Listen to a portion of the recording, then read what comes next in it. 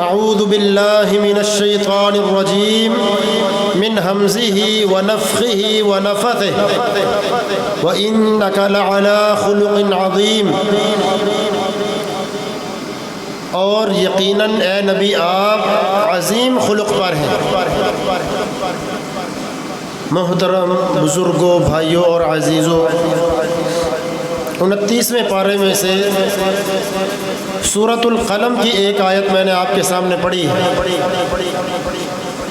اس میں اللہ تبارک و تعالی نے نبی کریم صلی اللہ علیہ وسلم کی اخلاق کے متعلق بیان فرمایا ہے اور گواہی دی ہے کہ آپ عظیم خلق پر ہیں۔ عربی زبان میں خلق کا لفظ ان عادات پر بولا جاتا ہے جو پیدائشی طور پر اور فطری طور پر بندے کی طبیعت کا حصہ بن چکی ہو، یعنی پرورش ہوتی رہی اور بچپن سے لے کر بڑا ہونے تک جو عادتیں بندہ سیکھ جاتا ہے اور اس کی طبیعت کا حصہ بن جاتی ہیں انہیں خلق کہا جاتا ہے۔ اسی طرح کہا جاتا ہے نا فلاں بندے کا اخلاق بہت اچھا ہے، یہ بھی خلق کی جمع ہے۔ کئی لوگ لفظ غلط بولتے ہیں، کہتے ہیں اخلاق، یہ اخلاق نہیں، اصل میں خلق کی جمع ہے اخلاق۔ تو نبی صلی اللہ علیہ وسلم کے اخلاق کے متعلق اللہ تبارک و تعالی نے فرمایا وَإِنَّكَ لَعَلَىٰ خُلُقٍ عَظِيمٍ، اے نبی آپ عظیم خلق پر ہیں، آپ کی عادات وہ طبعی طور پر فطرت کا حصہ بن چکی ہیں۔ ام المؤمنین عائشہ رضی اللہ عنہا کے پاس کچھ لوگ آئے اور آ کر کہنے لگے آپ ہمیں رسول اللہ صلی اللہ علیہ وسلم کے اخلاق، آپ کی عادتوں کے متعلق بیان فرمائیں۔ انہوں نے کہا کیا تم نے قرآن نہیں پڑھا؟ کہا پڑھا ہے۔ فرمایا کان خلقہ القرآن، اللہ کے نبی صلی اللہ علیہ وسلم کا جو اخلاق تھا نا، جو کچھ قرآن میں تھا وہ آپ کا اخلاق، آپ کی عادتیں بن چکی تھی۔ اس کا کیا مطلب ہے؟ اس کی وضاحت عبداللہ بن عباس رضی اللہ عنہما جو اس امت کے سب سے بڑے مفسر قرآن صحابی ہیں وہ بیان کرتے ہیں۔ فرماتے ہیں جو باتیں اللہ تبارک و تعالیٰ نے قرآن میں حکم دے دیں اللہ کے نبی صلی اللہ علیہ وسلم کی عادتوں میں شامل ہو چکی تھی، یعنی بندے کو بغیر سوچے سمجھے جو کام کرتا جاتا ہے نا، بغیر سوچے سمجھے، اللہ کے نبی صلی اللہ علیہ وسلم کا اخلاق ہی ایسا ہو چکا تھا، آپ ہر وہ کام خود بخود آپ سے ہوتا جاتا تھا جو اللہ تعالیٰ نے قرآن میں نازل فرما دیا ہے، اور تمام باتیں جن سے منع کیا گیا تھا نا آپ خود بخود ہی ان سے دور ہوتے تھے، نفرت کرتے تھے۔ یہ آپ کا اخلاق تھا رسول اللہ صلی اللہ علیہ وسلم۔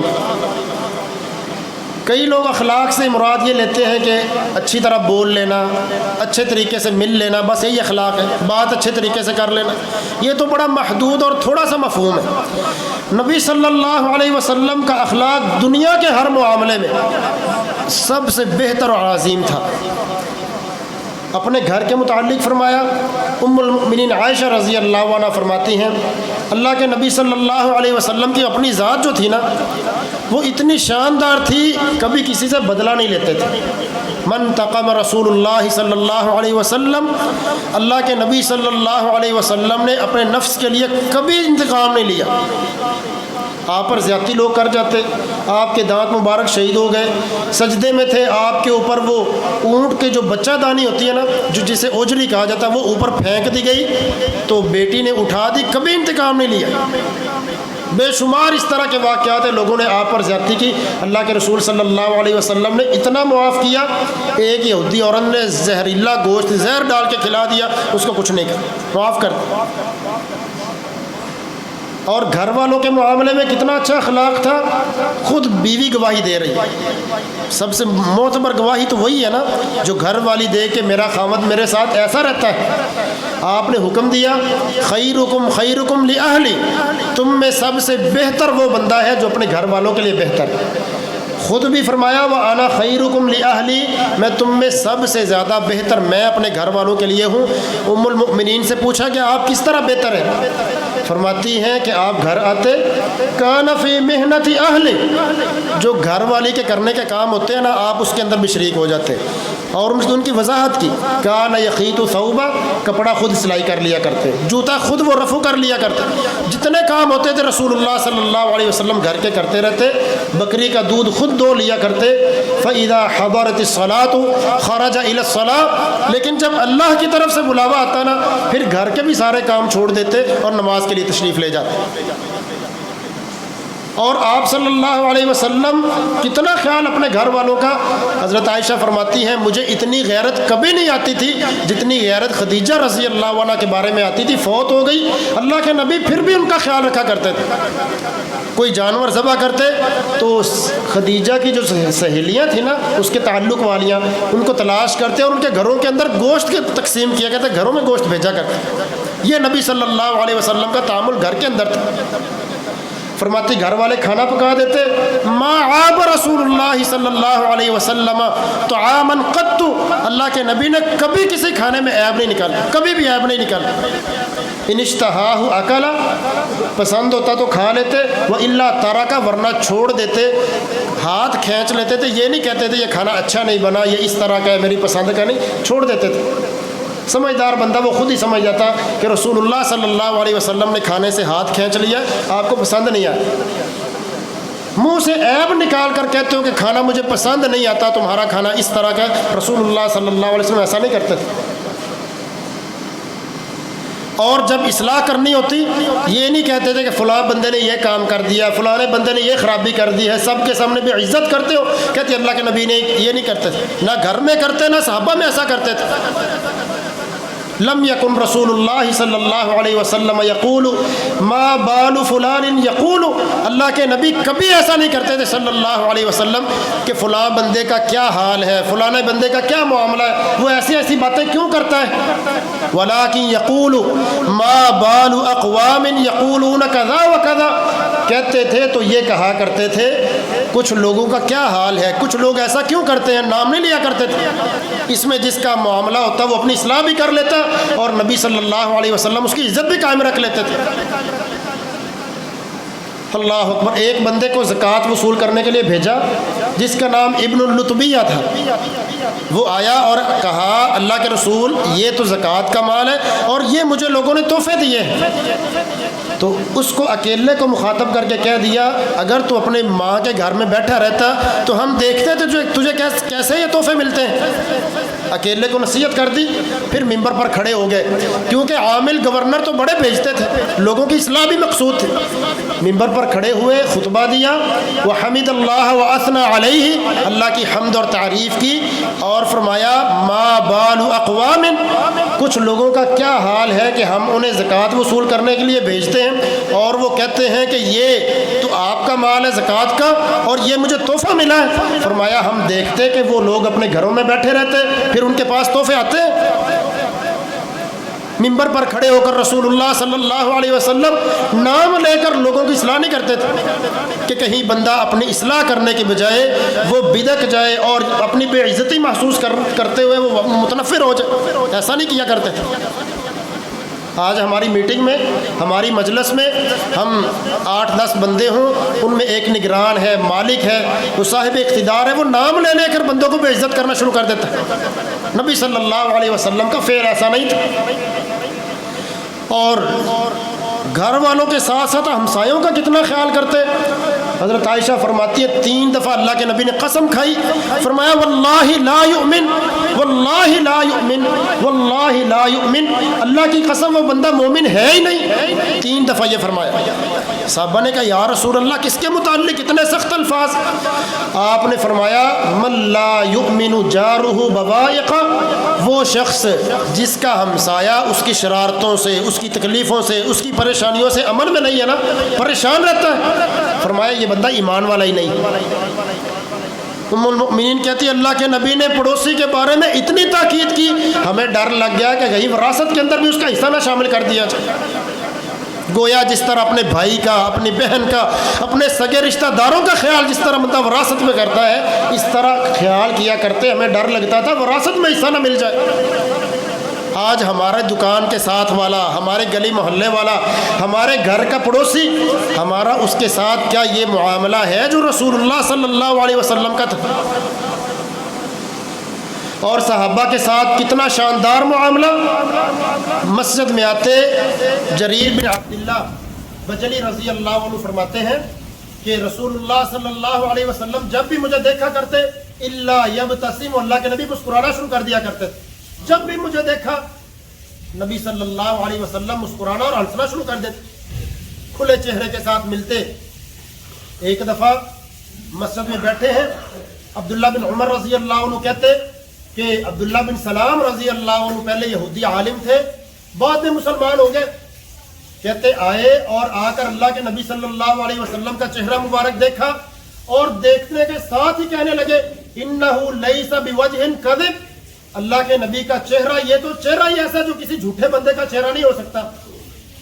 آپ کی عادتیں وہ اتنی سچی اور اقوال اتنے سچے تھے کہ چہرے سے پتہ چلتا تھا یہ بندہ جھوٹ بولنے والا نہیں، مکاری چہرے سے نظر نہیں آتی تھی۔ ایک دفعہ ایک آدمی آیا اور نبی صلی اللہ علیہ وسلم کے سامنے بیٹھا، روب اتنا طاری ہو گیا، اس کے کندھے کپ کپانے لگے، گوشت جو کندھوں کا تھا وہ کانپنے لگا۔ نبی صلی اللہ علیہ وسلم نے فرمایا حبن علیہ کا، بھائی پریشان نہ ہو، سکون سے بیٹھو، فإنی لست بملک، میں کوئی بادشاہ نہیں ہوں جس سے تم ڈر رہے ہو، انما انا ابن امرأۃ تأکل القدید، میں تو ایسی عورت کا بیٹا ہوں جو خشک ٹکڑے کھا کر گزارا کرتی تھی، میں کوئی بادشاہ بندہ نہیں ہوں۔ اس کو حوصلہ دیا کہ بھائی پریشان نہ ہو، اس کو مانوس کیا، اس کا ڈر اور روب وہ دور کر دیا رسول اللہ صلی اللہ علیہ وسلم۔ ہم بیٹھے، ہمارے سامنے کوئی ہمارا مزدور، ہم سے کم تر آدمی جو مرتبے میں کم ہے، وہ سامنے بیٹھتا ہے، اتنا مؤدب ہو کر بیٹھتا ہے، اس کو ڈر لگا رہتا ہے کوئی حرکت، کوئی فعل، کوئی قول میرے منہ سے یا جسم سے سرزد نہ ہو جائے، مالک ناراض نہ ہو جائے۔ نبی صلی اللہ علیہ وسلم کس طرح تسلی دے رہے ہیں؟ لوگوں کے مریضوں کی عیادت کیا کرتے، ان کے گھروں میں جا کر حال احوال پوچھا کرتے اور لوگوں کو ترغیب دیا کرتے۔ کوئی فوت ہو جاتا تو جنازوں میں جاتے، اگر جنازے کا پتہ نہ چلتا قبر پر جا کر وہاں جا کر رسول اللہ صلی اللہ علیہ وسلم جنازہ پڑھ لیا کرتے تھے۔ ایک آدمی وہ رسول اللہ صلی اللہ علیہ وسلم کے پاس آتا، ساتھ اس کا بیٹا ہوتا تھا۔ تو کچھ دن گزرے، آپ نے اس سے پوچھا اتحب، بندے بتا تجھے اپنے بیٹے سے محبت ہے؟ وہ کہنے لگا احبک اللہ کما احببت، اللہ کے رسول اللہ آپ سے ویسے ہی محبت کرے جتنی میں اپنے بیٹے سے محبت کرتا ہوں، اس سے بہتر اس کو الفاظ ہی نہیں ملے۔ کہنے لگا اللہ کے رسول جتنی مجھے اپنے بیٹے سے محبت ہے نا، اللہ آپ سے ویسی محبت کرے۔ کچھ دن گزرے، آپ نے دیکھا بندہ آ نہیں رہا، صحابہ سے پوچھا بتاؤ بھائی وہ بندہ کدھر ہے؟ نہ وہ ہے نہ اس کا بیٹا ہے۔ انہوں نے کہا مات یا رسول اللہ، اللہ کے رسول اس کا بیٹا وفات پہ آ گیا ہے۔ آپ اس کے گھر گئے، اس کو تعزیت کی اس سے، اور جب آپ تعزیت کرتے تھے یہ الفاظ ہوتے تھے ان للہ ما اخذ ولہ ما اعطى، اللہ کا تھا جو اس نے لے لیا اور اسی کا ہے جو وہ دیتا ہے۔ وَكُلُّ شَيْءٍ عِنْدَهُ بِأَجَلٍ مُّسَمًّى، کسی چیز نے باقی نہیں رہنا، ہر چیز کا ایک وقت مقرر ہے، جب وہ پورا کر لیتی ہے تو اللہ کے پاس چلی جاتی ہے۔ فَاصْبِرْ وَاحْتَسِبْ، صبر کرو اور اللہ سے ثواب کی امید رکھو۔ یہ اللہ کے نبی کے کلمات تعزیت کے ہوتے تھے۔ اردو زبان میں یا پنجابی میں اس کا بڑا بہترین ایک مفہوم، چھوٹا سا جملہ ہے جو یہ پورے مفہوم کو سمیٹ لیتا ہے۔ کہتے ہیں اللہ کا حکم، یہ بڑا شاندار جملہ ہے۔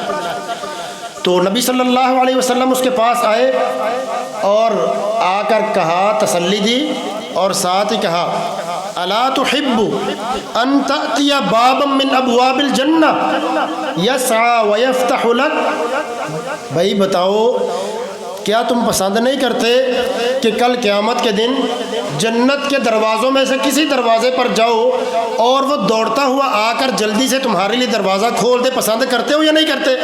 کہا یا رسول اللہ بالکل پسند کرتا ہوں۔ فرمایا پھر ایسے ہی ہے، فذالک لک، اللہ نے تیرے لیے ایسا ہی کیا ہے، تو جائے گا، تیرا بیٹا تیرا زبردست استقبال کرے گا۔ فقال رجل منہم یا رسول اللہ الہ خاصہ، ایک بندہ کہنے لگا اللہ کے نبی یہ جو خاص پروٹوکول ہے یہ صرف اس کے لیے ہے؟ اولی کلنا، یہ ہم سب کے لیے ہے کہ جس کا بیٹا فوت ہو جائے وہ اس کا استقبال کرے گا۔ فرمایا بل لکلکم، سب کے لیے ایسا ہے جس کا بیٹا فوت ہو گیا اور وہ اللہ تبارک و تعالیٰ کے سامنے پیش ہوگا، اس کا بیٹا اس کا جلدی سے آ کر جنت پر استقبال کر کے اس کو جنت میں لے جائے۔ نبی صلی اللہ علیہ وسلم تعزیت کرتے، ایک عورت جھاڑو دیا کرتی، وہ فوت ہو گئی، آپ کو اس کا علم نہ ہوا، صحابہ سے پوچھا وہ عورت جو جھاڑو دیتی تھی وہ کدھر ہے؟ تو گویا کہ انہوں نے سمجھا کہ ایک عام عورت ہے جھاڑو دیتی ہے تو اللہ کے نبی کو بتانے کی کیا ضرورت ہے، انہوں نے جنازہ پڑھا اور دفن کر دیا۔ فرمایا افلا آذنتمونی، مجھے بتایا کیوں نہیں؟ دلونی علی قبرہا، مجھے اس کے قبر پر لے چلو۔ فاتا قبرہا، قبر پر آئے، فصلی علیہا، وہاں آ کر نماز جنازہ ادا کی رسول اللہ صلی اللہ علیہ وسلم۔ کسی بندے کو معمولی، کسی کو حقیر، کمتر سمجھتے ہی نہیں تھے۔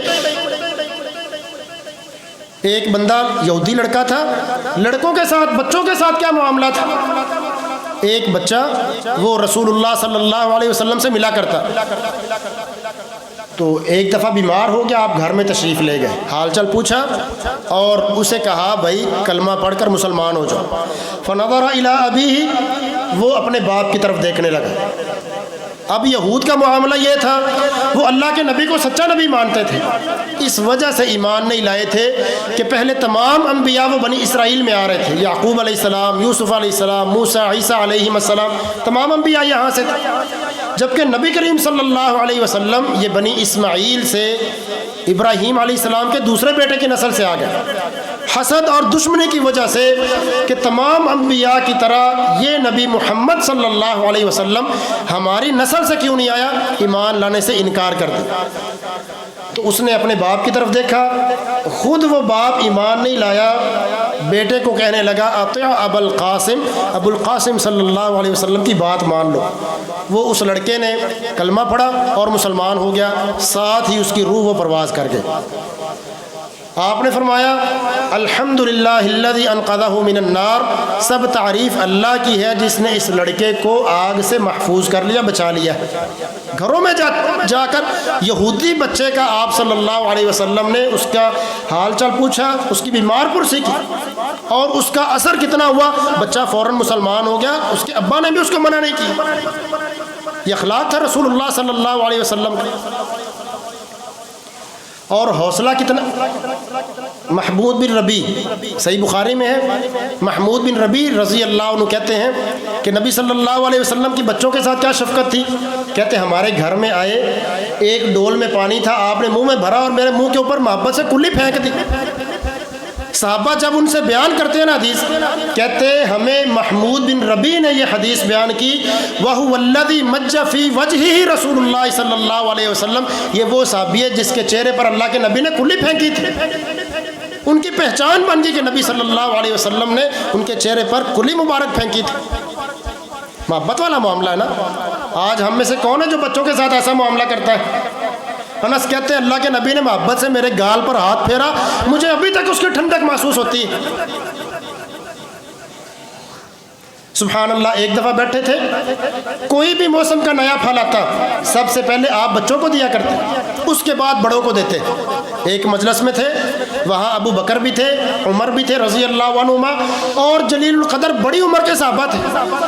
وعن یمینہ غلام اصغر القوم، دائیں طرف ایک بچہ تھا جو لوگوں میں سب سے چھوٹا تھا۔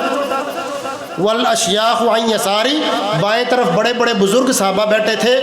تو فأتی بقدح فیہ لبن، ایک بڑا برتن لایا گیا، پیالہ جس میں دودھ تھا۔ تو آپ نے اس بچے، ظاہری بات ہے وہ دائیں طرف بیٹھا تھا، حق اس کا زیادہ تھا، اس بچے کو مخاطب کر کے فرمایا یا غلام اتأذن لی ان اعطیہ الاشیاخ، کیا اجازت دیتے ہو کہ میں بزرگوں کو پہلے دے دوں؟ اجازت مانگی رسول اللہ صلی اللہ علیہ وسلم۔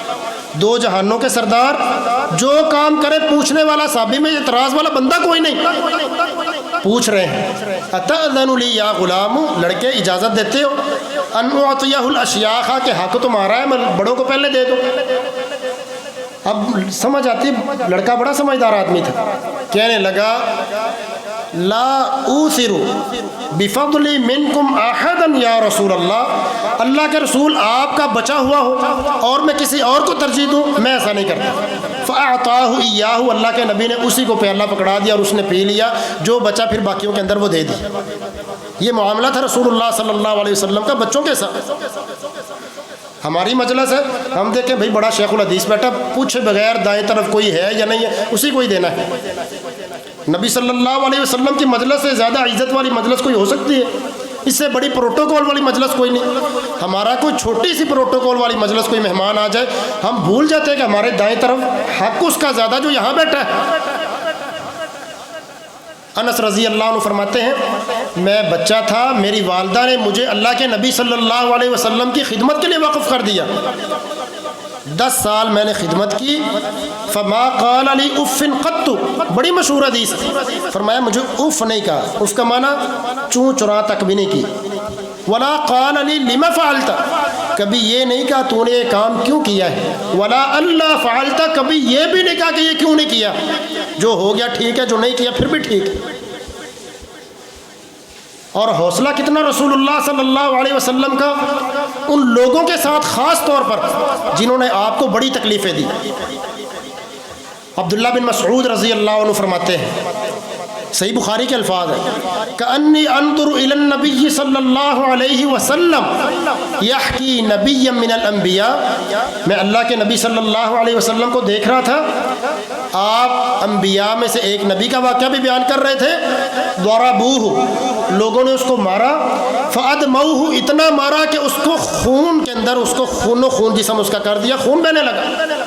فیمسح عن وجہہ، آپ اپنے چہرے سے خون صاف کر رہے تھے اور ساتھ فرماتے جاتے تھے رب اغفر لقومی فانہم لا یعلمون، پروردگارہ میری قوم کو معاف کر دے، انہیں پتہ ہی نہیں ہے، انہیں پتہ ہی نہیں ایک نبی کی قدر کیا ہوتی ہے، ایمان لانا کیا ہے، عزت کیا ہے، لا علم لوگ ہیں، ان کو معاف فرما دے۔ اتنا بڑا حوصلہ نبی صلی اللہ علیہ وسلم کا۔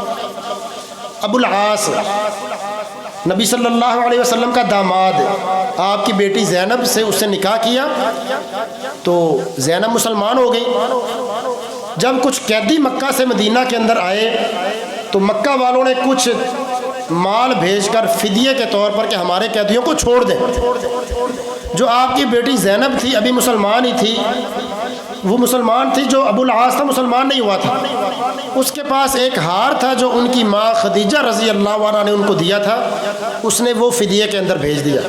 اب چاہتے تو بغیر فدیے کے بھی ان کو آزاد کر سکتے تھے۔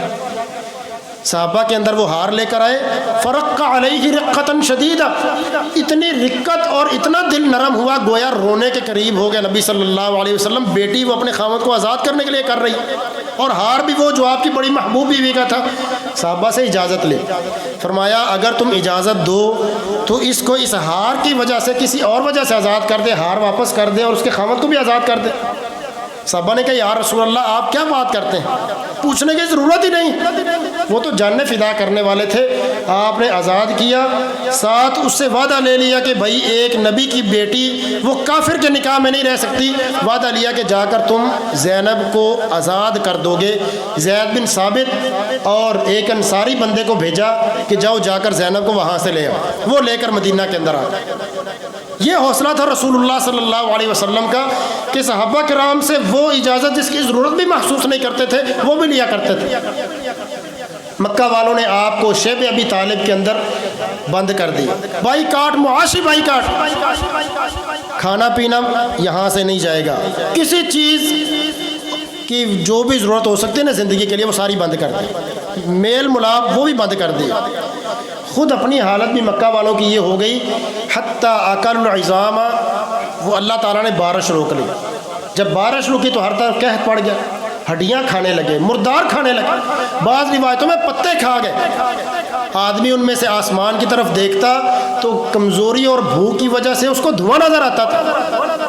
ابو سفیان جو بعد میں مسلمان ہو گئے رضی اللہ عنہ، وہ آئے رسول اللہ صلی اللہ علیہ وسلم کے پاس، اللہ کے نبی ابھی بھی ادھر شیب ابی طالب میں قید تھے، کہنے لگا یار محمد انک لتصل الرحم صلی اللہ علیہ وسلم، محمد آپ تو رشتہ داری ملانے کا حکم دیتے ہیں اور آپ کی قوم وہ بھوکی مر رہی ہے، فادعوا اللہ ان یسقینا، اللہ سے دعا کریں کہ اللہ ہمیں پانی پلا دے، بارش نازل فرما دے۔ اللہ کے نبی نے یہ نہیں فرمایا ہمیں پہلے آزاد کرو، ہمیں چھوڑو، ہمارے ساتھ تو تم نے بڑا برا سلوک کیا۔ آپ نے ہاتھ اٹھائے، فدع اللہ فسقوا، اللہ سے دعا کی، اللہ نے بارش نازل فرما دی۔ رسول اللہ صلی اللہ علیہ وسلم کا معاملہ اتنے بڑے حوصلے والا، طائف سے واپس آ رہے ہیں تو وہاں لوگوں نے پتھر مارے، بے ہوش ہو گئے، صحیح بخاری میں بے ہوش ہو گئے۔ اللہ تعالیٰ نے پہاڑوں کے فرشتے کو بھیجا، اس نے کہا اللہ کے رسول اگر آپ کہیں تو میں ان پر 2 اخشبین 2 پہاڑوں کو ملا دیتا ہوں اور ان کو پیس کر رکھ دیتا ہوں۔ فرمایا لعل اللہ ان یخرج من اصلابہم اقواما یؤمنون باللہ وحدہ لا یشرکون بہ، مجھے اللہ سے امید ہے کہ اللہ ان کی نسلوں سے ایسے لوگ نکالے گا جو اللہ وحدہ لا شریک پر ایمان لائیں گے، شرک نہیں کریں گے۔ اپنے لیے اپنا فائدہ اپنا نقصان نہیں دیکھتے تھے، امت کا فائدہ کس چیز میں ہے، امت کس نقصان سے کس طرح بچ سکتی، یہ مقدم تھا رسول اللہ صلی اللہ علیہ وسلم کا۔ اللہ تعالی ہمیں بھی آپ صلی اللہ علیہ وسلم کے بہترین اخلاق پر چلنے کی توفیق عطا فرمائے، اور جب تک زندہ رکھے اللہ تعالی ہمیں دین اسلام پر زندہ رکھے، اور قیامت کے دن نبی صلی اللہ علیہ وسلم کے ساتھ جنت میں جمع فرما دے۔ وآخر دعوانا ان الحمد للہ رب العالمین۔